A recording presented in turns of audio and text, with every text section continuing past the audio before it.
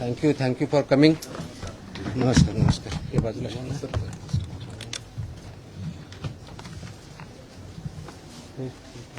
आपल्या फोडला बोलला तुम्ही बसा. थोडं पाठीमाग घेऊ का? थोडं पाठीमाग सरू का?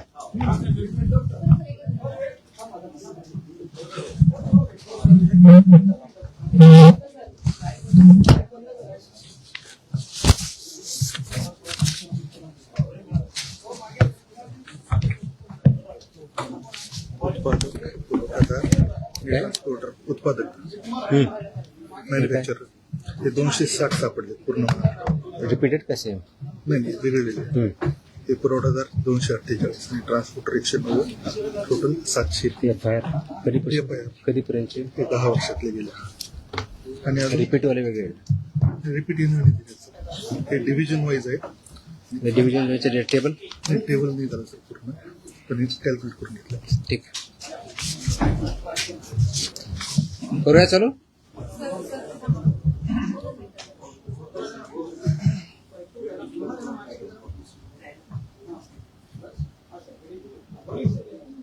Okay. Welcome to the press conference. आज मुद्दामून एक महत्त्वाच्या विषयासाठी आपल्याला इथं बोलवलं आहे. गेल्या अनेक वर्षापासून आपल्याला माहिती आहे की महाराष्ट्रामध्ये गुटखाबंदी केलेली आहे. आपल्या FSSAI ॲक्टच्या सेक्शन 30 अंतर्गत प्रतिबंधित जे फूड आयटम्स आहेत त्याच्यामध्ये गुटखा आणि तत्सम आयटम जे आपले आहेत त्याच्यावरती गुटखाबंदी केलेली आहे. त्याच्यावरती आपण अनेक वेळा कारवाई करतो, रेड्स करतो, फाईन करतो, FIR करतो. त्याच्यामधल्या प्रोव्हिजननुसार जेल पण होते, प्रॉसिक्युशन पण चालू आहेत. परंतु प्रोहिबिटेड आयटम असतानाही, फूड आयटम असतानाही महाराष्ट्रातल्या ऑलमोस्ट सगळ्या ठिकाणी हा गुटखा विकला जातो आणि कंझ्युम केला जातो. ही रियालिटी आपण बघतोय. मग याच्यावरती पर्याय काय? एन्फोर्समेंट तर चालू आहे, ते आपण आता जास्त स्ट्रिक्ट करत आहोत, तर ते चालूच राहील. परंतु याच्यावरती काही डेटरन्स असा क्रिएट करता येईल का की ज्याच्या माध्यमातून, कारण प्रोड्युसर तर इथं नाही आहेत प्रोहिबिटेड असल्यामुळं, ते बाहेरून आपण जे याच्यामध्ये इन्व्हॉल्व असणारे बिझनेसेस आहेत, बिझनेस पर्सन्स आहेत, ट्रान्सपोर्टर्स आहेत, रिटेलर्स, होलसेलर्स, सेलर्स, हे त्याच्यामध्ये इन्व्हॉल्व आहेत. त्या प्रकारचं रॅकेट आहे आणि ते जर उद्ध्वस्त करायचे तर आपल्याला खूप मोठ्या प्रमाणात स्ट्रॉंग स्टँड घेणं हे गरजेचं आहे. ह्या निष्कर्षापर्यंत शासन पोहोचलेलं आहे आणि म्हणून मध्ये बऱ्याच वेळेस याच्यावरती डिस्कशन पण झालं की काय केलं पाहिजे. आणि मी इथं जॉईन झाल्यानंतरही याच्यावरती आम्ही विचार केला काय करता येईल, कारण याच्यामध्ये this is a danger to public health आणि म्हणूनच तो आयटम प्रोहिबिट केलेला आहे. जर पब्लिक हेल्थला जर डेंजर असेल आणि तो आयटम प्रोहिबिट केलेला असेल तरीही त्याचा व्यापार होत असेल, तिथं ट्रान्सपोर्ट होत असेल, होलसेलर विकत असतील, सेलर विकत असतील आणि तो अवेलेबल होत असेल, तर त्याच्यावरती स्ट्रिंजेस्ट पॉसिबल ॲक्शन घेणं गरजेचं आहे. ह्या निष्कर्षापर्यंत पोहोचल्यामुळं आज दिनांक 12 जून रोजी मी मोका लावण्याचे आदेश पारित केलेले आहेत. So have issued the order saying that MCOCA provisions will be, MCOCA कायदा, मकोका ज्याला आपण म्हणतो, Maharashtra control of organised crimes act 1999 हा आम्ही इन्व्होक केलेला आहे. ही माझी तिची ऑर्डर आहे इश्यू केलेली. आणि ह्या ऑर्डरच्या अनुषंगाने हा फक्त फूड सेफ्टी ॲक्ट 2006 चे कलम 3, 26, 27, 30, 38, 41, 42, 59, 63, 64 आणि 89 बरोबरच Maharashtra control of organised crimes act 99 चा sections 21D, 21E, 21F, 3, 4, 18, 21 and 23 read with code of criminal procedure 1973 किंवा भारतीय नागरिक संहिता सुरक्षा संहिता 2023 याच्या अनुषंगाने ही ऑर्डर मी आज पास केलेली आहे.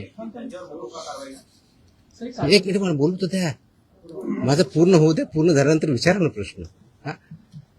सो ही कारवाई करताना हे प्रोव्हिजन्स आहेत.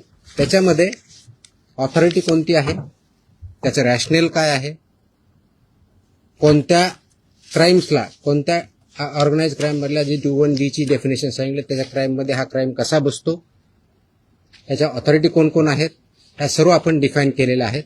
आणि याच्या अनुषंगाने अल्टिमेटली आपण काही ऑर्डर्स, डिरेक्शन्स या माध्यमातून दिलेल्या आहेत. त्याच्यामध्ये ज्या ज्या ठिकाणी हे मोर दॅन वन्स एखाद्या ह्याच्यामध्ये ट्रेड करणारा व्यक्ती, संस्था, आस्थापना असेल त्यांच्याविरुद्ध कंपल्सरी मोका इन्व्होक करायचे ही ऑर्डर आहे. त्याचबरोबर सेक्शन 23 ऑफ मोकोका ची जी प्रोसेस दिलेली आहे ती प्रोसिजर कंपल्सरी पाळायची हे पण आपण या सेक्शनमध्ये आदेश दिलेले आहेत. त्यानंतर persons and entities against whom MOCOCA shall be invoked are manufacturers and producers of prohibited food products, number 1. Number 2, financiers funding their manufacture, procurement or distribution.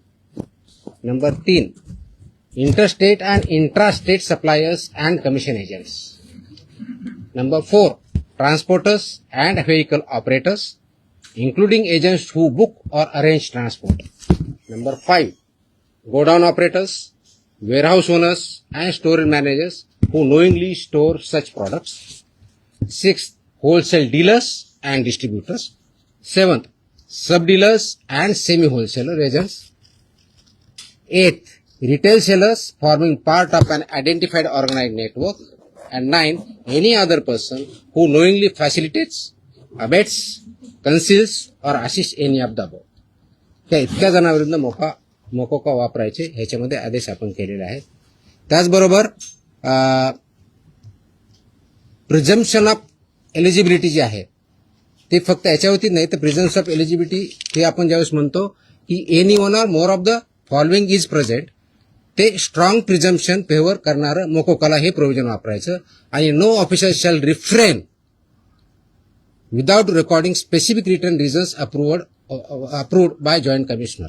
रिजनचं जे असेल त्याच्यामध्ये की interstate supply chain or manufacture nexus हे आपल्याला वरती न्यायचं presumption of एलिजिबिलिटीसाठी वापरायचं. Clandestine godowns, fake labels, dummy firms or forged invoices याच्यासाठी सुद्धा हा वापरायचा आहे. Simultaneous seizures across multiple districts pointing to a common syndicate त्याच्यासाठी सुद्धा वापरायचं आहे. Corruption of enforcement officials or intimidation of informants of witnesses यासाठी आपण वापरणार आहोत. Seizure value exceeding ₹10 lakhs in a single action or ₹25 lakhs cumulatively from the same account or network. आणि financial flows indicating systematic profiteering including hawala और बेनामी channels याच्या सुद्धा आपण ते एस्केलेट करण्यासाठी हे सुद्धा प्रोव्हिजन त्याच्यामध्ये आपण वापरणार आहोत. याची ओरिजिनल ड्युटी आहे ते आपण फूड सेफ्टी ऑफिसरवरती देणार आहोत. डेजिग्नेटेड ऑफिसरच्या ड्युटी आपण याच्यात ज्याला असिस्टंट म्हणून त्यांना डिफाईन केलेल्या आहेत, जॉईंट कमिशनरच्या केलेल्या आहेत. नेटवर्क वाईड प्रॉसिक्युशन करायचं हे आपण सांगितलं आहे, पार्शियल ऍक्शन घ्यायची नाही, कंप्लीट घ्यायची. आणि कॉन्फिस्केशन, अटॅचमेंट अँड फोरफिचरचं कसं करायचं ट्विन ट्रॅक स्ट्रॅटेजी ही पण त्याच्यामध्ये सांगितलेली आहे. त्याचं प्रॉसिक्युशन रजिस्टर मेंटेन करायचं सांगितलेलं आहे, बेलला अपोजिशन करायचं सांगितलेलं आहे आणि procedure compliance with the criminal procedure code हे सुद्धा आपण मॅन्डेटरी केलेलं आहे. याला सर्वांचा ऑब्जेक्टिव्ह जो आहे बेसिकली आपण मोका का वापरतोय कारण हा स्ट्रिंजंट लॉ आहे, आय अंडरस्टँड. आणि त्याचं म्हणूनच खूप थॉट करून विचार करून याच्यावरती कायद्याचे जे कलम आहेत, सेक्शन्स आहेत त्याचा अभ्यास करून this order is basically done to prosecute in the interest of food safety in violation but as an organized crime against public health. हा क्राईम पब्लिक हेल्थच्या अगेन्स्ट आहे. आणि आर्टिकल 47 ऑफ द कॉन्स्टिट्यूशन जे आहे ते स्टेटला मॅन्डेट करतं. That is where my order begins with. आणि तुम्हाला copy me देईलच, press note बरोबर ही कॉपी पण असेल so that you can go through that order.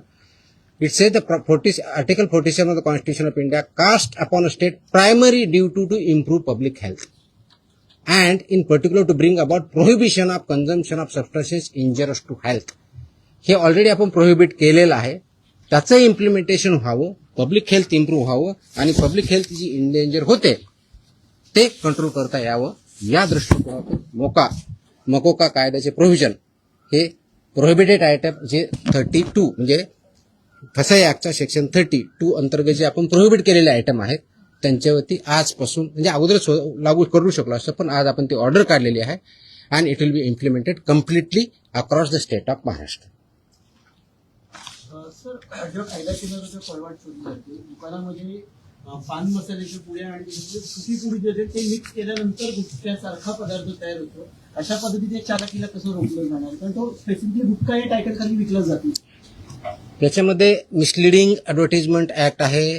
तुम्हाला काही दिवसापूर्वी कारवाई केलेली बघितली. फसाईमध्ये सुद्धा मिसलीड करणं, लेबलमध्ये चुकीची माहिती देणं, इन्ग्रेडियंट चुकीचे असताना वेगळा क्लेम करणं हा सुद्धा गुन्हा आहे. त्यानुसार आपण कारवाई करतो त्याच्यावरती. तर ही जी चालाकी केली जाते, दिस इज मिसलिडिंग. तर मिसलिडिंगला कायदा आहे. दुसरं मिश्रण जे असतं जे पान मसाला त्याला सुद्धा याच्या अंडर घेतलं जातं ते तंबाखू मिश्रण. मी तेच सांगतोय की आपल्याला कोणताही एखादी ज्यावेळेस प्रॉडक्ट असतो त्याच्यावरती लेबल कोणतं असावं, ते कोणत्या स्टँडर्डचं असावं, त्याच्यामध्ये कोणते कोणते इन्ग्रेडियंट असावे, त्याची काय व्हॅल्यू आहेत वेगवेगळ्या, त्या मॅन्डेट दिले, त्याचे रेग्युलेशन्स आहेत. फसाईमध्ये रेग्युलेशन्स दिलेले आहेत, व्हेरी क्लिअरली दिलेले आहेत. त्याचबरोबर ॲडव्हर्टायझिंग आणि मार्केटिंगचे सुद्धा रेग्युलेशन्स क्लिअरली आहेत. त्याचं व्हायोलेशन जिथं जिथं होतं त्या प्रोव्हिजनचा वापर आम्ही तिथं करणार आहोत. तर सर, याची जेव्हा कारवाई केली जाते तेव्हा लोकल पोलिसांची भूमिका खूप महत्वाची असते. स्पेशली बीट मार्शल आणि यांचा जो व्हिजिलन्स असतो तो अनेक वेळा नेक्सस तिकडे दिसून येतो अनेक पानटपऱ्यांवरती. ते कसं ब्रेक केलं जाणार, कारण आपल्याकडनं कडक कारवाईची तरतूद सगळ्यांकडून. त्याच्यामुळे तुम्ही जर आता मी वाचलं व्यवस्थित ऐकलं असतं तर त्याच्यामुळे तुमच्याकडनं प्रतिक्रिया त्याच्यावरती अपेक्षित. पोलीस आणि नेक्सस या ठिकाणी it's not about police or FDA किंवा food safety officers. It is the holistic. याच्यामध्ये कंझ्युम करणारा आहे तेवढा जबाबदार आहे, विकणारा आहे तेवढा जबाबदार आहे, इन्फोर्स न करणारा आहे तेवढा जबाबदार आहे. जो कोणी जबाबदार असेल आपण त्याच्यावरती कारवाई करणार आहोत आणि स्ट्रिक्ट करतोय. तुम्ही गेल्या काही दिवसामध्ये बघितलं असेल, हा ज्यावेळेस प्रोहिबिट केला त्यावेळेस उद्देश हाच होता की it's a danger to public health. आणि ते जर टाळायचं असेल, कारण याच्यामधून काय काय आजार होतात हे मी वेगळं सांगण्याची गरज नाही. It's documented, it's in the public domain. ते करण्यासाठी आपल्याला स्ट्रिंजंट ऍक्टचे प्रोव्हिजन आपण आज का इन्व्होक करतोय, कारण जेवढ्या इफेक्टिव्हली आपल्याला करायचं होतं तेवढं होऊ शकलं ना. हा डेटाच्या आधारे तुम्हाला मी डेटा सांगतो, म्हणजे जस्ट फॉर इन्फॉर्मेशन आपल्याला हा एक असेल की आतापर्यंत गेल्या 10 वर्षात ऑलमोस्ट आपण FIR किती केलेले आहेत महाराष्ट्रामध्ये. 32चा FSSAचा जो सेक्शन प्रोहिबिट केलेला आहे त्याच्यावरती. जे मॅन्युफॅक्चरर्स आहेत त्यांच्या विरुद्ध 260 मॅन्युफॅक्चरर्स FIR आहेत आपले. जे पुरवठादार आहेत सप्लायर्स ते 248 आहेत आणि पर्सन्स जे आहेत ते असे 190, असे 703 ट्रान्सपोर्ट कोणते हे ट्रान्सपोर्ट सॉरी ट्रान्सपोर्टर म्हणजे उत्पादक 260, सप्लायर्स 248 आणि ट्रान्सपोर्टर्स 190 असे 703 FIR आहेत. सो FIR काय कमी केलेत अशातला भाग नाही. त्यांचं प्रॉसिक्युशन, त्यांची पुढची प्रोसेस आपण करतोय. पण आपल्याला अजूनही त्याच्यामध्ये कम्प्लीट याच्यामधून खरोखरच हद्दपात करण्याच्या दृष्टीने, कारण याच्यातून झाला नाही तर पुढची स्टेप आपण घेतोय आणि ती आज आपण घेतलेली आहे. Yes please. पदभार स्वीकारला एक मिनिट.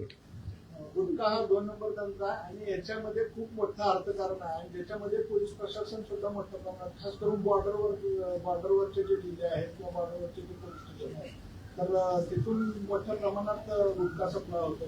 आता मी ज्या भागात धाराशिव जिल्ह्यामध्ये पोलीस स्टेशनच्या मोठ्या प्रमाणात पोलीस प्रशासन काही गाड्या पकडतं, काही गाड्या सोडतं, अशा पण आपण मी जे सांगितलंय की दोज हु आर रिस्पॉन्सिबल त्याच्यावरती आपण कारवाई करणार. कुणी असू द्या, म्हणजे माझे अधिकारी होऊ शकतात, इन्व्हॉल्व जर असतील तर दुसरे कुणी असू शकतात. त्याच्यामध्ये एड्स, अबेट हे शब्दप्रयोग आपण जे केलेले आहेत त्याच्यामध्ये त्यांचं इन्व्हॉल्वमेंट जर सिद्ध झालं तर आपण त्यांच्यावरती कारवाई.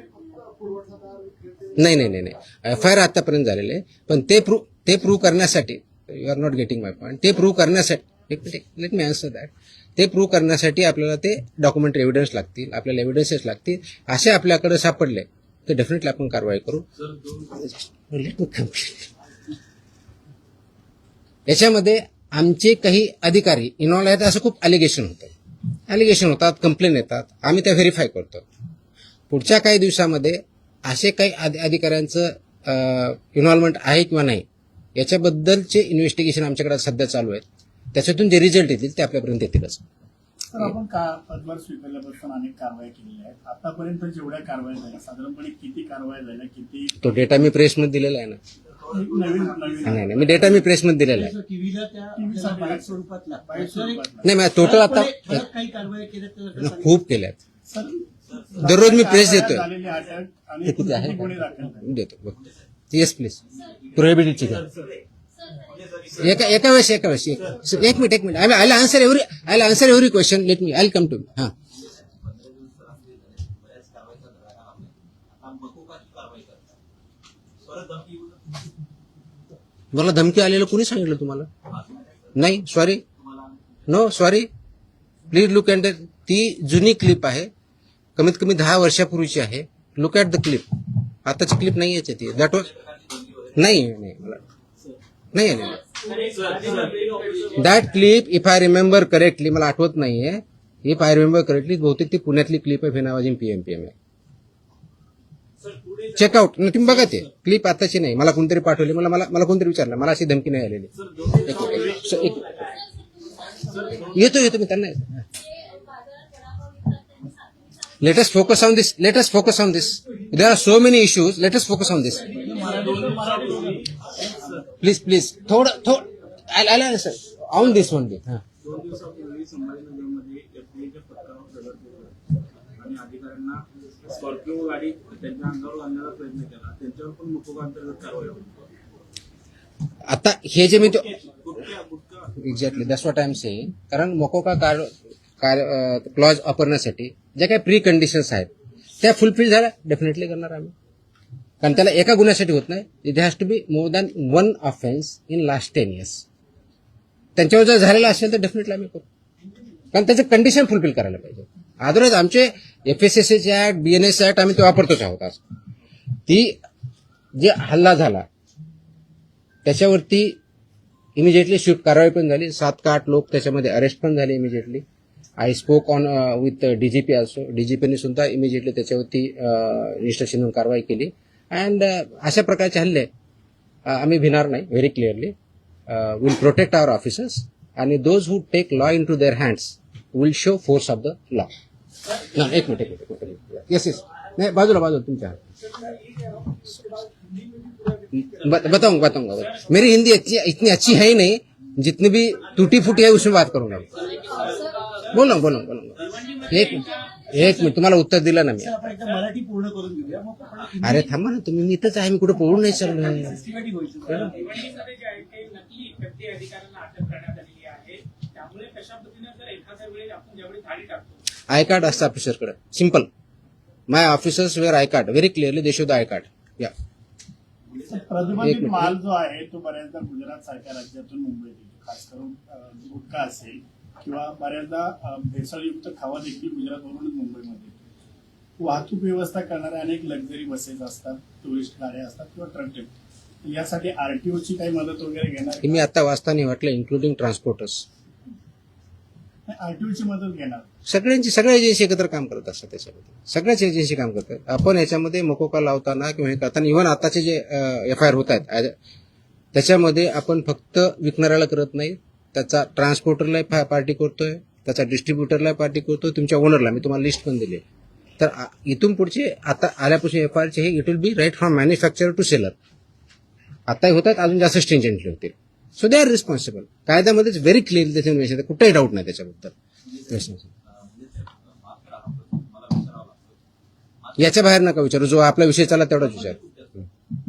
नाही, संबंधित नाही, आजच्या विषयाशी संबंधित. तुकाराम मुंडे साहेब ज्या विभागाचा पदभार ग्रहण करतात तो विभाग नेहमी चर्चेत येतो, असं का होतं? त्याचं उत्तर तुम्ही द्या, मी कसं देणार आहे? आय मीन तो काय होतो तर you are better. No, I cannot answer this. Simple. कारण काय येतो, लोक चर्चा का करतात, तुम्ही जास्त का पब्लिश करतात, का कुणी काय करतं, ह्याचं उत्तर मी नाही देऊ शकत. You have to analyse. त्याचं उत्तर मी कसं देऊ शकणार? सोशल मीडियावरती तुम्ही विचारल्यानंतर प्रचंड लोकांचा पाठिंबा we are diverting. Let us not divert. No. So no, हे जे विषय त्याच्यावरती आपण बोलू, बाकीचे विषय नाही. हा नाही, याच्या अगोदर फक्त हा डेटा प्रोहिबिटेड ना, प्रतिबंध. आता तुम्ही जो विचारला होता प्रश्न की मी 25 मे ते 11 जून या काळामध्ये प्रोहिबिटेडच्या बाबतीत म्हणजे प्रतिबंधित आयटमच्या बाबतीतला सांगतोय, बाकीच्या नाही सांगत आहे, कारण हा प्रोहिबिटेडचा विषय आहे. म्हणून तपासणी केलेल्या आस्थापना म्हणजे प्रोहिबिटेडच्या बाबतीत त्या 354 आहे, 354. बाकीचे असेल ना आपल्याकडे पुढचे केलेले ती पण असेल ना, तो पण मागवा ना. आणि ड्रगचे असेल तर ड्रगचं पण मागवा. त्याच्यामध्ये नाही सॉरी, प्रतिबंधित पदार्थ आढळलेल्या आस्थापनाची संख्या 344 सापडली आपल्याला. तपासणी 354 केली, 344 मध्ये फाइंड आउट झालं. जप्त साठ्याची किंमत ह्या 344 मध्ये एक किती